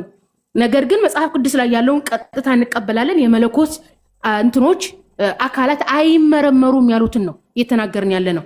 ስለዚህ ትክክል አይደለም። እንዴት ነው ትክክል ያልሆነው? እና አሁን ኢየሱስ ክርስቶስ የእግዚአብሔር ጣት ሲል መልስልን። ኢየሱስ ክርስቶስ የእግዚአብሔር ጣት ሲል እሱን ሳይሆን ቅዱስ ብፁዕ ወቅዱስ አርዮስ ተወገዘ ብለሽ ስታወሪ ለምንድን ነው የተወገዘው? ለምንድን ነው የተገደለው? ጥሩ ባብዬ፣ ግን በጣም አመሰግናለሁ። ጥሩ ነገር አስታወስከኝ። እዚህ ጋር ማወቅ ያለባቸው አባቶች እርስ በርስ ማለትም ቄሶቹና መነኮሳቱ እርስ በርስ ሲጣሉ የተገናኙት ስለ መለኮታዊ ባህሪ ሊያወሩ አልነበረም። ኢየሱስ ፈጣሪ ነው ወይስ ፍጡር የሚል ነገር አጣልቷቸው እንጂ እግዚአብሔር እጅ አለው እግር አለው፣ እግዚአብሔር ይበላል አይበላም፣ እግዚአብሔር ጣት አለው የለውም፣ ይሰማል አይሰማም፣ ጆሮ የኛ አይነት ነው አይደለም የሚል ነገር አላጣላቸውም። ጉባኤው ላይ ይሄ ነገር አልተነሳም። እዚህ ጋር ማወቅ ያለባችሁ መለኮትና የመለኮት ባህሪ የሚለውም ለይታችሁ እውቁ። ተግባብተናል። አሁን ባለፈ ራሱ ከሁሱ ጋር የተደረገው የፖለቲካ እንትን ውይይት የፎይሴ ጋር የሰራው ምንድነው? ስለ ፈጣሪ ነብያትና ሐዋርያት ኢየሱስ ፈጣሪ ነው ወይ ብሎ ሰብኳሉ ለሚል ውይይት ምንድነው ያወራው? እጅ እግር ብሎ ነው የወጣው። ይሄ ምን ይባላል? መለኮታዊ አካላት ነው። መነኮሳቱ ስለ መለኮታዊ አካላት አልተወያዩም። ይሄ አላጣላቸውም። እዚህ ጋር ይሄን ፖይንት ያዙ። ውይይቱም የነበረው ስለ መለኮት ባህሪና አካል አልነበረም፣ ስለ መለኮት ነው። ግልጽ ይሁንላችሁ። ስለዚህ መጀመሪያ ስለ መለኮት ሳታውቁ እጃለው እግራለው ውስጥ አትግቡ። ተግባብተናል። መለኮትም ማንም አይደርስበትም። ግልጽ ሆነልህ ባቢ? እኔ ግልጽ ነው እኮ እኔ እኮ አውቀዋለሁ እኮ ለኔ እኮ ግልጽ ነው። ግን የአርዮስን መወገዝ እቃወማለሁ፣ የአርዮስን መገደል እቃወማለሁ። ለምን? በሐሳብ ስላሸነፋቸው በእውቀት ሊወዳደሩትና ሊያሸንፉ ስላልቻሉ እነዚህ አባቶች በዛ ዘመን ከነበሩ ነገስታት ጋር በመሆን አርዮስ ላይ እርምጃ ተወሰደ። ይሄ ነው። ገደሉት፣ አውግዘው ገደሉት። ስለዚህ ትክክል አይደለም። ገብቶሻል? የአርዮስ የብፁዕ ወቅዱስ አባታችን አቡነ አርዮስ መገደል የምንቃወም ሰዎች ነን እንደዚህ ጋር ቁጭ ብለን ያለ ነው ለማለት ነው። ሌሎች ሰዎች ይናገሩ። እድል ስጣቸው፣ ምናልባት እየታፈኑ እንዳይሆኑ። እኔ ብዙ አወራሁባቸው፣ ይቅርታ። ኦፔራስ ወዳለች አላወራሽም። እኔ ሪሞቭ የሚል አየሁ ልበል ካልሳሳትኩ፣ ግን ሰው ነው ያወራት ራሷ ነው አላውቅም። ሰዓዲ እንዴት ነሽ?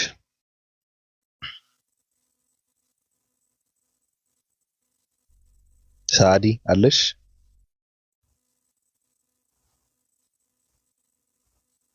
እሺ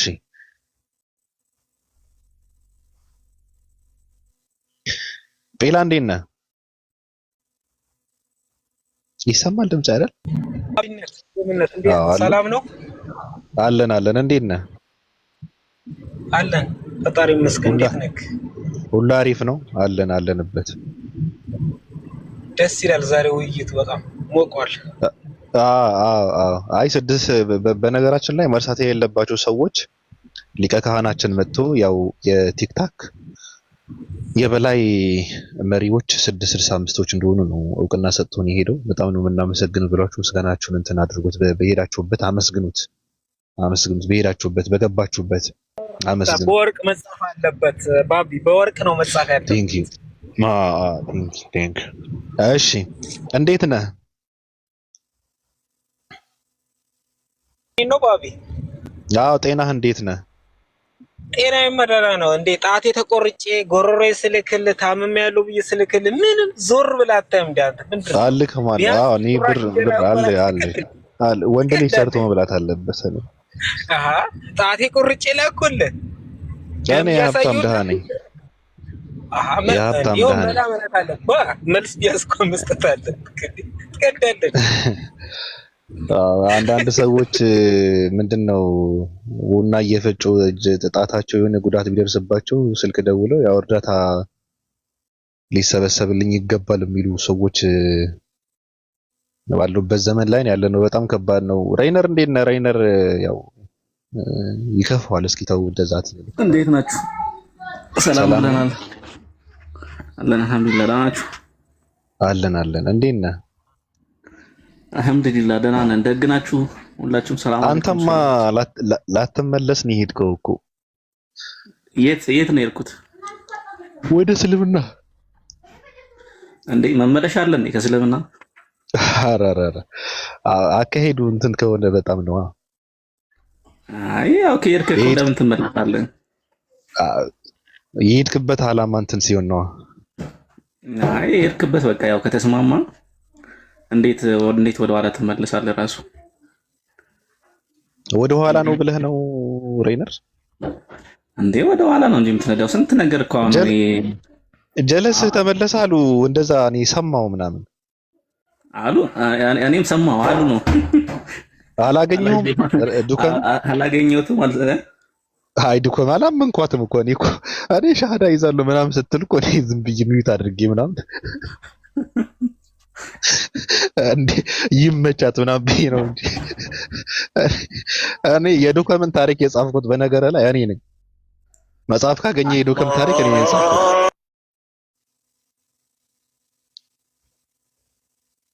ተደወለበት። እሺ አዛም ብሎ ነው ስልክ ይላል። እናንተን አይ አንድ ሰው ቢያንስ ጥፍትናው ማወቅ አለበት። ስለምናለሽ ስትሆን ቢያንስ ሲራውን ማንበብ አለበት። የነብዩ መሐመድ ሰለላሁ ዐለይሂ ወሰለም ታሪካቸውን ማንበብ አለበት። የሰዋቦችን ቁርአንም ሐዲሱንም የተወሰነ ብታይ እኔ አዶን ነው እንግዲህ ሌሎቹ እንደሚያዩት አይተ የሆነ ሰዎች እንዲህ ተብሏልና አሁን በተለይ ያወራችሁበት ነገር አለ አይደል? እግዚአብሔር ማን አምላክ አካል አለው የለውም ምናምን ከዛ ደግሞ ቦዲ ምናምን ብሎ የሚገልጹም አሉ። ያው ክርስቲያኖች እንደዛ ነው የሚረዱት፣ ቦዲ ብሎ ነው የሚገልጹት። ያው እስልምና ቦዲ የሚባል ነገር የለም እና እነዚህ ነገሮች ምናምን ላይክ የሆነ አንተ ኮንፊውዝ አድርጎ የምትመለስ ከሆነ ገና ያው ጥፍትናውንም አላወቅም ማለት ነው። እስልምና ምን እንደሚያስተምር ዘሜን ፖይንቱ ዘሜን ጎሉ የሆነ በሆነ ነገር ሹባ ተፈጥሮበት ትመለሳለህ። ለማለት ሹባ ማንም ላይ ይፈጠራል። እኔ ራሱ ገና ወደ እስልምና ስመጣ ብዙ ነገሮች አሁን ግራ ገብቶኝ ነበር፣ ግን ቀስ በቀስ በቃ ላይክ መደንገጥን ትተውና ትጠይቃለህ፣ ታነብበታለህ። ምክንያቱም ያው ያላወቅኩ ነገር ካላስደነገጠ እንዴት ታዲያ ያው ያስኩት ነገር ደግሞ እስልምና ያው ሚስ አንደርስቱድ ስለተደረገ ወይም ደግሞ ሰዎች በቃ ላይክ የሆነ እንዲህ ነው የምትጠብቀው የሆነ ለመውደቅ የደረሰ አይነት ነገር አድርገህ ነው የምትይዘውና እሱ ስህተት ነው። ሰዎች ያንን በትክክል መረዳት አለባቸው። የትኛውም ሃይማኖት ስትገባ ሃይማኖቱን ቢያንስ ፉሊ አንደርስታንድ ማድረግ አለብህ የምትከተለው ማለት ነው። ካልሆነ ያው ከሄድክበትም ትወጣለህ፣ አትጸናበትም። የተመለስክበትም አትጸናበትም። የምትጸናበት የሄድክበትም ገረብ እንኳን ማድረግ አለብህ ምን እንደሚያስተምሩ በትክክል ማለት ነው። እና ዱከም እኔ ያንን አንደርስታንድ አድርጓል ብዬ አላስብም። ምክንያቱም ያው እንግዲህ አዶን ነው እንግዲህ እኔ ከቀራ እኔ በደፍ ካላቀም ግን ያንን የተወሰነ ቁርአንን ቢቀራ ከዛ ደግሞ ኢቭን ማለት ነው ቁርአን በአማርኛ ማንበብና እንደው በአረብኛ መቅራት ራሱ ቢግ ዲፈረንስ አለው፣ ልዩነት አለው። በቃ ላይክ የሆነ ጣዕሙ ራሱ ይታወቃል ማለት ነው። ታውቃለህ ስትቀራው ማለት ነው። ላይክ ዲቫይን ሪቪሌሽን ካልሆነ ምንም ሊሆን አይችልም የምትለው አይነት ማለት ነው። ከዛ ደግሞ ውስጡ ያለው ኮንቴንቱን ደግሞ ስታጠናው አሜዚንግ ነውና እኔ የትም አልመለስም። አክቹአሊ ክርስትና እኔ አይ ወደ ክርስትና አልተመለሰም። ዱከም እንደሰማው መጀመሪያ ላይ እኔ መስለም እፈልጋለሁ ብሎ ሲል መንፈሴ ተጨነቀች ያለበትን ሃይማኖት እንደምታውቀው ክርስትና ውስጥ እንደነበረ ሳለ ነው መንፈሱን የተጨነቀችውና መንፈሱን ወደሚጨነቅበት ስፍራ ላይ አይመለስም። አሁን እሱ ያለው ምንድነው? እቺ ሪከርድ ሰምቼ ነበረ። እግዚአብሔር እንደዚህ ነው አላህ እንደዚህ ነው ማለት አልፈልግም ብሎ የተጠቀማትን እቺ እግር ምናምን የምትለዋ ማምለጫ ነው የተጠቀማት እንጂ ይሄ እሱን አወዛግቦት አይደለም። ገብቷል? ያ ሐሳብ ከባድ አጀንዳ ሆኖበት አይደለም አይምሮው ላይ ዱከም እንደታዘብከው ማለት ነውና አሁን አንድ ሰው እስልምና ውስጥ ሲገባ ግን አንድ ሰው አሁን እስልምና ስታየው የመፈተን ስፍራ ነው። ገብቷል? ሰዎች በሃይማኖታቸው እንኳንስ መራብ የሚባለው ነገር ዱከም የተራበው ይቅርታ አድርግልኝ ጀለስህ ነው ጓደኛችን ነው እኮ ሁላችንንም ያው የሀገር ሰው ነው ምንም ማድረግ አይቻልም። እኔ ግን ዝም ብዬ እንትን ካላደረኩት አይወርድልኝም ደስ አይለኝምና ዱከም ሲፈጠር ድሃ ነው። ገብቷል? ሰዎች ግን አሁን እስልምና ውስጥ ታሪኩን ስታነበው ወደ ኋላ ተመልሰው በሀገራቸው ከስፍራቸው ተሰደው እንደ ኢትዮጵያውያን ደግሞ ወደ ኢትዮጵያ መጥተው ሃይማኖታቸውን የሰበኩ ሰዎች ያሉበትን ሃይማኖት ውስጥ ከአንድ ሰው ከነብዩ መሐመድ አንድ ሁለት ሶስት ምናምን እያሉ ዓለምን ተቆጣጥረው አሁን ደግሞ 1.9 ወይም ወደ 2 ቢሊዮን ተከታይ ያለው ሃይማኖት እዚህ ጋር ለመድረስ ስንት መከራ እንዳዩ ታሪክም ስታነቡ በጣም ከባድ ነገር ነው። ከባድ ታሪክ ነው ያለው፣ ከባድ ፈተና ነው ያለው፣ ከባድ መከራ ነው ያለው፣ ከባድ መፈተን ነው ያለው። ገብቷል? አንድ ሰው ራበኝ ብሎ ሃይማኖትን የሚቀይር ከሆነ ወንድነትን አርክሷል። ለኔ ገብቷል? አንተም ካገኘው ምከረው። ምናልባትም እንደዚህ ብለዋል አታዋርድም ብለዋል ብለህም ብትነግረው ደስ ይለኛል። ወንድነትን ያዋረደው አንድ ኢትዮጵያዊ ኑሮ ማሸነፍ አቅቶኛል፣ ኑሮ ማሸነፍ ስላቃተኝ እኔ ሃይማኖት እቀይራለሁ ብሎ ማለት ወንድነትን ማርከስ ነው፣ መውረድ ነው፣ መዋረድ ነው፣ መዝቀጥ ነው። እንዴ ወንዶች እኮ በ18 በ16 በ17 ዓመታቸው እኮ ሊቢያ ሄደው እኮ ይሰቃያሉ እኮ። በዚህ ልክ ኑሮን የሚጋፈጡት እኮ ገብቷል? ስለራበው ሃይማኖት የሚቀይር ከሆነ ሰው ርካሽ ነው፣ ሲጀምር የወረደ ነው፣ የዘቀጠ ነው፣ የተዋረደ ነው። ስለዚህ ኑሮን ለመቀየር ተፍ ነው ማለት ያለበት። በቃ ማልቀስም መለመንም አለበት እኮ። በፍጹም የማይገናኝ ነገር ነው ያገናኘውና ዱከም ሲጀመር መጀመሪያውም ሃይማኖት የቀየረው ስለተራበ ነው። እኔ ይቅርታ አድርግልኝ፣ እኔ አውቃለሁ ብዙ ምንም ስለማያውቁ አይደለም፣ ግን የዋህ የሆኑ እህቶች አሉ። ግማሽ እንጀራ በሽሮ እየላከ ሆዳቸውን እንትን ሲል የነበረ ሰው ነው። ይቅርታ አድርግልኝ። ግማሽ ቲማቲም እቺ ለ3 ቀን ነው እንትን እያደረገ እየቆጠብኩ መበላት ምናምን ብሎ ሲልክ የነበረ ሰው ነውና ሃይማኖት ሲቀይር ይሄ ሰው መንፈሳዊ እርካታ መንፈሳዊ እረፍት ስለፈለገ ነው ብዬ በፍጹም ላድርገው አልችልም። የማይሆን ነገር ነው። እንጀራ ፍለጋ ነበር የወጣው። እስልምና ውስጥ ደግሞ እንደምታውቀው ለዱከም ተብሎ የሚጋገር እንጀራ የለም እና እንጀራውን ኮሮሾ ሆኖ ሲያገኘው ሰውየው ደንግጦ እኔ ተመልሻለሁ፣ እኔ ይቅርታ አድርጉልኝ ምናምን የሚነካ ሰው እኮ የለም። መብቱ ነው። ሰው መቀየር እንኳን ሃይማኖት መቀየር ይቅርና በዚህ ዘመን ጾታም መቀየር ትችላለህ። የሚነካ ሰው የለም። ገብቷል? እኔ እንደዚህ ነኝ አልልም። እሱ አይደለም ያወዛገበ ሲጀመር አካል አለው፣ እግር አለው፣ አጥንት አለው ምናምን የለው ምናምን የሚባል ነገር አንተ አይምሮ ውስጥ አጀንዳ አይደለም። ዱከም ወንድሜ ገብቷል? እኔ እንደሆነ እንደምታቀኝ የሀብታም ድሃ ነኝ። የሀብታም ድሃ መናጤ ነኝ። ልልክ አልችልም። ይቅርታ አድርግልኝ። መላክ የሚችሉ ሰዎች ካሉ ግን የሆነ ነገር በውጭቅ ብታደርጉ መልካም ነገር ነው። ያው ታሪካቸውን የዱከምን ታሪክ እየጻፍኩ ስለሆነ እዛ ውስጥ አካትተዋለሁ። እኔ ገብቷቸዋል። እየተራበ ነው፣ እየተሰቃየ ነው። አንድ ሰው ለሆድ ብሎ ብዙ ሃይማኖቶችን ከሚቀያየር ፍላጎትን በየሆነ ነገር ብትዘጉት መልካም ነው። ወይም ደግሞ ገጠር ግባና ከብት እርባታ ብትጀምር መልካም ነው። ድኮም የሥራ ሰው ከሆንክ አንተ አሁን የሥራ ሰው አይደለም። እንደዚህ ጥሩ ግሩ ምንም እየላቡ ምናምን እየደከመ የሚለወጥ ሰው አይደለም። ገብቷል? ትገባለህ፣ ገጠርህን ትገባለህ፣ 50 በግ ትገባለህ፣ 2 ከብት ትገዛለህ። በቃ እነሱን እየነዳ ዝም ብለህ መኖር ነው። ወተትን እንትን እያለብክ ማለት ነው። በቃ እንደዚህ ካልሆነ አንተ ኑሮ ልታሸንፋት አትችልም። ከባድ ዘመን ነው። ከባድ ጊዜ ላይ ያለ ነው።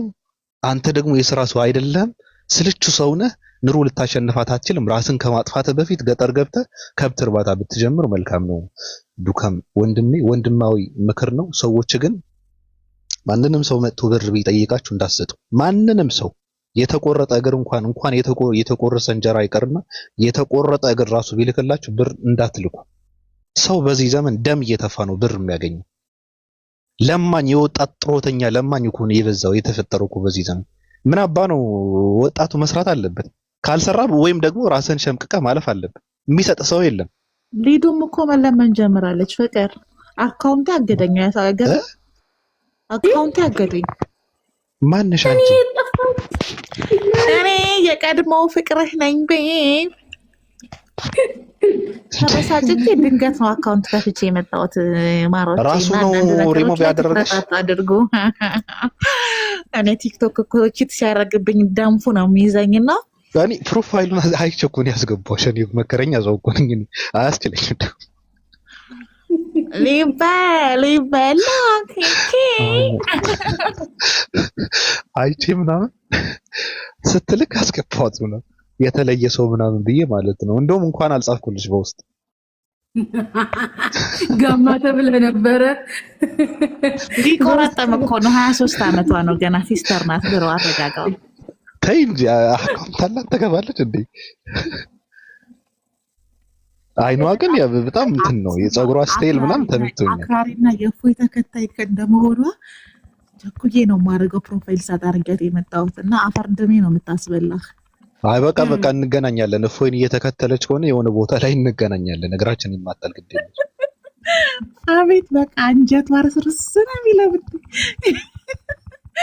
አይ ከተላውንና ወደ ጉዳይ እኔ ይሻልሃለሁ ቤቤ። እኔ ይሻልሃለሁ። ወደ ጉዳይ ሁለት ልጆች ከወለድኩ ከአንቺ በቂ ነው። ከዛ በኋላ ማን እንትን ይለዋል? አሁን ወደ ጉዳያችን ስንመለስ የወንዶች ጉዳይ ነው በነገራችን ላይ። እንደውም ሴቶች ዝምም ሊሉ አይችሉም፣ ሰጪ ስለሆኑ ማለት ነው። እየተለመኑ ያሉ በእናትሽ እየተባሉ ያሉ ሴቶች ስለሆኑ ማለት ነው። በቃ መስራት ነው፣ መጣር ነው፣ የህይወት መስዋዕት መክፈል ነው ኑሮን ለማሸነፍ እንጂ በዚህ ልክ ጅዋጅዌ ገንገበት ደከክ አትሁኑ። ወንዶች ቆፍጠን እንበል፣ እንስራ፣ እንውጣ፣ በቃ እንድከም። እዚህ ጋር ቁጭ ማለት ምንም ትርጉም የለውምና እንደዛ ማድረግ አለብን። ሊሊ እንዴት ነሽ? ታወሪያለሽ?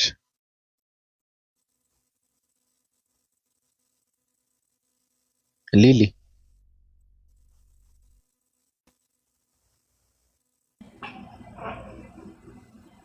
ሊሊ ሚውት ናት። ዘመድ ናት። ያው ተዋውቋት ከዚህ በኋላ ተከብራ ቁጭ ትላለች። ያው እያስተማርኳት ነው ወደ 665 እንድትገባ። ዘመድ ናት። እሺ የእሷን አፍ አንድ ቴሪያ ባለው ጥያቄ ነበር ልጠይቀው። እሺ ጠይቅ። በቃ ቦዲ አካላት የለውም ስንል ሲል ማለት ነው እጅና እግር አለው ብላችሁ ታምናላችሁ አይደለ? ሙስሊሞች አምላክ ይሄ ቦዲ አካላት አይደለ? አይ ቦዲ እንትን ነው ላይክ አሁን ለሰው ነው ቦዲ የምትለው የአንትሮፖሞርፊዝም ይሆናል፣ ከሰው ጋር መመሳሰል ማለት ነው። አላ እጅ እንዳለው ይናገራል። ሰው እጅ እንዳለው ምንም ነገር የለም። ግን ቦዲ ብላ አይደለም ትገልጸው። ቦዲ ለአንተ ነው። ቦዲ የሰው የፍጡር ነው። ቦዲ ገብቷል። ፒላይቱ ጋር ነው ገብቶታል። እጅና እግር ምንድን ነው?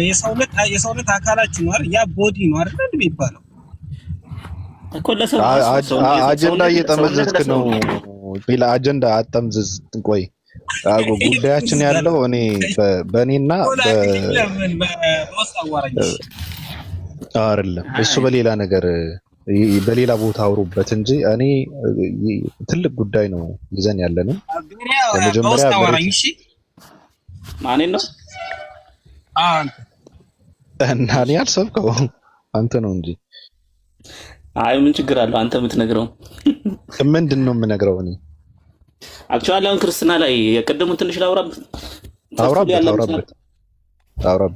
ተርቱሊያን ለምሳሌ ፕሪናይስ እንትን ቸርች ፋዘር ነው። ሁለት ቦታ ላይ ለምሳሌ አምላክ እንትን አለው ይላል፣ ቦዲ አለው ብሎ ይናገራል፣ ቃል በቃል ማለት ነው። ይሄን ዲናይ የሚያደርግ የለም ምናምን ብሎ ነው የሚናገረው ማለት ነው። ስፒሪትም ነው እና ደግሞ ቦዲም አለው ብሎ ይናገራል። የለውም ብሎ የሚናገሩም አለው፣ አለውም ብሎ የሚናገሩ አለው። ስፒሪት ነው ሲባል ግን which means ረቂቅ ነው እንጂ እኮ እንትን ረቂቅ ለምሳሌ የማይታይ ነገር ማለት ነው። በአይንም ማታየው ነገር ነው።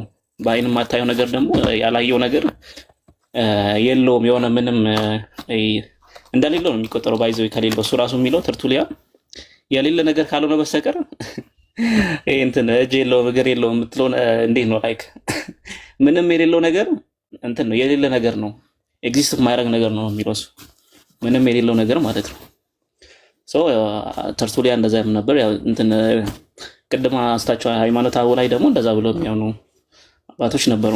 ጉባኤው ስለሌላ ነገር ቢሆንም ግን ያጸደቁት 308 ነው ሊቃውንቶቹ። እግዚአብሔር አካል እንዳለው እጅ እግር እንዳለው ተናግሯል፣ እንደ ሰው ማለት ነውና ያ ነው በክርስትና ያለው። እስልምና ያለው በከፊል ለጋ እናወራለን በውስጡ። ግን አባቶች ሲያስተምሩ ክርስትና የተቀበሉት ከማን ነው? ለምሳሌ ሬይነር ክርስቲያናዊ አስተምሮ ለማለት ነው። አይ አሁን ለምሳሌ እንትን አለው። አሁን ለምሳሌ የመጀመሪያዎቹ ክለመንት ኦፍ ሮም አለ፣ እና ከነሱ በፊት ከማን ነው የክርስቲያናዊ አስተምሮ የሚባለው ነገር የተቀበሉ ከማን ነው? ከሐዋርያቶቹ። እነሱስ ከማን? ሐዋርያቶቹ ያው ለምሳሌ ያው ብዙዎቹ ከጳውሎስ እና እንትን ናቸው ከዮሐንስ። ጳውሎስ ፖለቲከኛ ነው። ጳውሎስ አይ እነሱ ተማሪ ናቸው ልልህ ነው። አዎ ተማሪ ናቸው። እነዚህ ሰዎች የክርስቶስ ተማሪ ናቸው አይደል? ሐዋርያቶቹ እንደነሱ ዘገባ ከሆነ አዎ የክርስቶስ ተማሪ ናቸው። ከክርስቶስ የሰሙትን ነው አይደል ያስተላልፉት። አሁን ለምሳሌ የሰሙትን ነው ያልሰሙትን ያስተላልፋሉ። ያልሰሙት ካስተላልፉ የሆነ ቦታ ላይ ይጣሉት፣ አያስፈልግም። አሁን ኢየሱስ ክርስቶስ እንደዛ ብሎ አስተምሯል። ኢቭን አሁን እኮ አግሪመንት የለም። አሁን ለምሳሌ ዮሐንስ ወንጌልን ዮሐንስን የጻፈው የሚለውን አግሪመንት የለም። ለምሳሌ የዮሐንስን ትምህርት የሚደግፉ ሰዎች ናቸው የጻፉት የሚባልም አለ እና ላይክ ምንም እሱም እኔ ዮሐንስ ነኝ የጻፍኩትም አላለም። ስለዚህ ያው እነሱ እንደሚሉት ነው ልትል የምትችለው። ለምሳሌ ራኔስ ቃል በቃል እንደዛ ነው የሚናገረው። ዮሐንስ ወንጌልን ጽፏል ብሎ ይናገራል። ራኔስ ደግሞ የፖሊካርፕ ተማሪ ነው ካልተሳሳትኩ። ፖሊካርፕ ደግሞ ዮሐንስ ነው ሐዋርያስ ምንድነው ዮሐንስ ራእይ ላይ ለየትኛው ነው ለሰርዴስ ነው የትኛው ነው ብቻ ለአሁነ ቤተክርስቲያን መሪ ነበር ፖሊካርፕ። ያው እንደ ቸርች ሂስትሪ ማለት ነው። ኦኬ እሺ እስኪ ሳራ ጨረስክ? ሬነሪ እኔ ጨርሻለሁ፣ ግን አንድ ነገር ባለፈው እንትን ያልኩት ነገር አለ ያነበብኩት ማለት ነው። ኢራኒስ ቸርች ፋዘር ላይ የራሱ መጽሐፍ ላይ አጌንስት ሄረሲ ላይ ኢየሱስ ከ50 ዓመት በላይ ነበር ሲሞት ነው ብሎ ነው የሚናገረው። ምን ትላለህ? ከ50 ዓመት በላይ ምን? ኢየሱስ ከ50 ዓመት ኖሯል ነው እዚህ ምድር ላይ። ለምን 1000 ዓመት አይኖርም? አልመቀኝም። ምን አገባኝ? አይ እንትን ነው አላይክ ይሄን ሁሉ የኖረው እርጅናን ለማወቅ ነው። እርጅናን ለማወቅ እርጅናን ለማወቅ ጭምር ነው። ፍጹም ሰው ለመሆን እርጅናን ቴስት ለማድረግ አዎ ቴስት ለማድረግ ጭራሽ እና በ50 ዓመት እኮ ሰው ይጎለምሳል እንጂ እንዴት ነው ኢየሱስ ምን አብልተውት ነው በ50 ዓመት ያረጀው ታዲያ? አሁን እንትን ለምሳሌ ዮሐንስ ወንጌል ላይ 50 ዓመት ሳይሞላ እንዴት እንትን አላሉትም? ምንድነው አብርሃምን አይታለን አላሉት? 50 ዓመት ሳይሞላ ጉልምስና ነው እንትን ይሄ ጉልምስና ነው፣ እርጅና ሳይሆን ጉልምስና። እንደ ይሄ የሰው ልጅ እንትን ለምን እንደዛ ያሉት ይመስላል? 50 ዓመት ያልሞላ ለምን አሉት? ገና ልጅ ነህ ለማለት ነው።